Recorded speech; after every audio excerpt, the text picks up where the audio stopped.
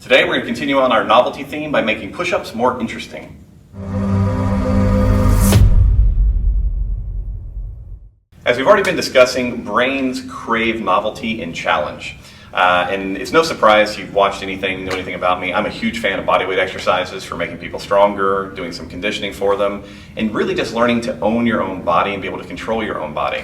Now, push-ups, longtime favorite of mine, pull-ups, I love all these different kind of bodyweight exercises. But one of the things that can happen if you do lots of push-ups, it can get kind of boring, particularly if you do them the same way every single time. Now, one thing that we really like to encourage people to do is to play around with novelty in push-ups and other bodyweight exercises, again, just to give your brain additional challenge. What we often find is that if people can do maybe 20, 30 push-ups, and then feel fatigued, if we then give them a lot of different movement exercises and different novel stimuli in the push-up process, they may actually double or triple the volume. So they'll do 40, 50, 60 different push-ups and feel less fatigue. So number one, I love the idea of novelty because it often helps you do a little bit more work. Number two, it can help in what we call injury prevention or injury proofing, just by getting you to learn how to contract your body in different positions. And number three, different challenge for your brain. It adds some additional novelty. So here's what we're going to do. We're going to go through a different push-up matrix. I'll show you a different set of different things that you can try. And please understand, you don't have to do these on the ground. If doing push-ups on the ground is too difficult for you, you can lean against the wall, you can do it against a table. Just make sure that nothing's going to move away and you're going to fall on your face, all right? So just be careful. And again, the goal here is not to stress you. We're not trying to do any kind of super intense strength training right now. We're saying, hey, if I give my brain some different challenges, does it like it?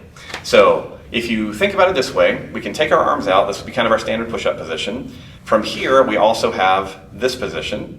We have this position, we have this position, right? So turned in, neutral, turned out, and turned all the way back, fingers facing the floor, or fingers facing your feet. So what we want to do is just start off in kind of a standard push-up position and try one repetition of each one. Now I'm going to look at the camera as I do this. That's not normally what I would do, but otherwise you'll just see the top of my bald head. So we're going to start off and do one. All right, let's switch. We'll turn the fingers out and we'll repeat. Just get an idea of how that feels, all right? And then we'll turn the fingers in.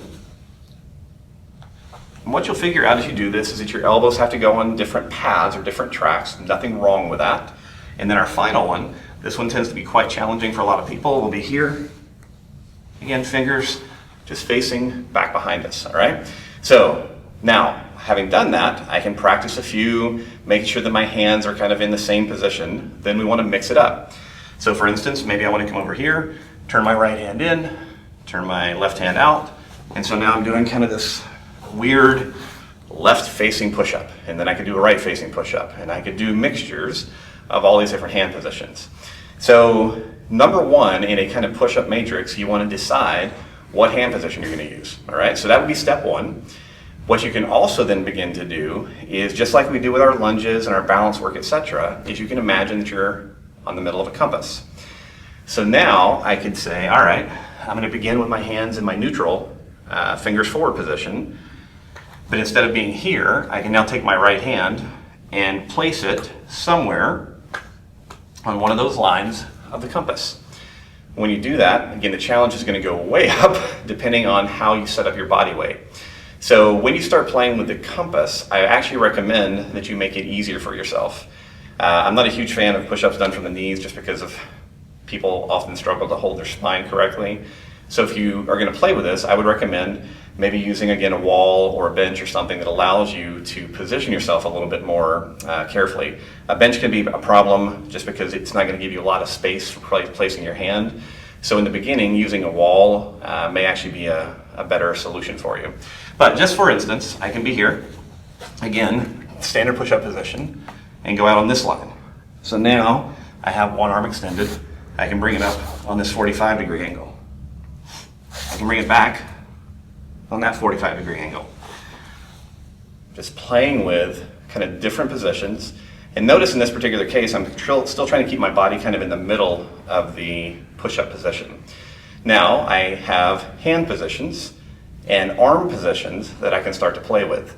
So could I combine now a different hand position with the lines of the compass? So now, let's say I'm going to be reaching out here. This is going to be hard to do just because of your wrist extensibility. So maybe I'm going to go ahead and turn this one external. this one internal. And so now I have this very much more kind of awkward, stressful feeling push-up, which is again one reason you might want to do it up against a wall in the beginning, decrease the stress of it. So, very simple ideas here. Novelty matters to the brain. How can we make push-ups more interesting? First, we can change our hand positions. Then we can change our arm positions. Finally, the last thing that we can add into this kind of push-up novelty sequence is the path that we follow.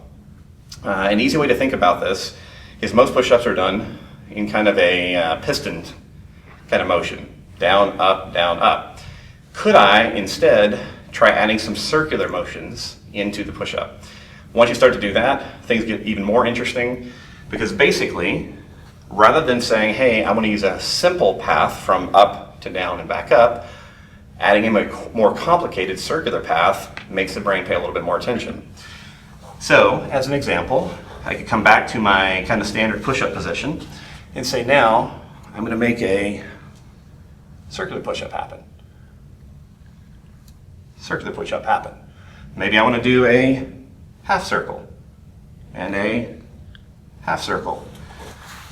Again, it doesn't have to be complicated. You don't have to pull out your protractor, draw out a bunch of diagrams, but you do have to think through, how could I make this a little bit more challenging by changing the shape? So again, when it comes to movement novelty for push-ups, change your hand position, change your arm position, change the movement path. So there you have it. There's how to make push-ups much more interesting to your brain, hopefully also a little bit more useful to your body. Give it a shot. If you have any questions, let us know. Please be careful with these positions because they can be a little bit stressful when you first learn them. Good luck. Okay, we're going, I guess, yeah. You back up a little bit. Hang this around my neck. That's Perfect.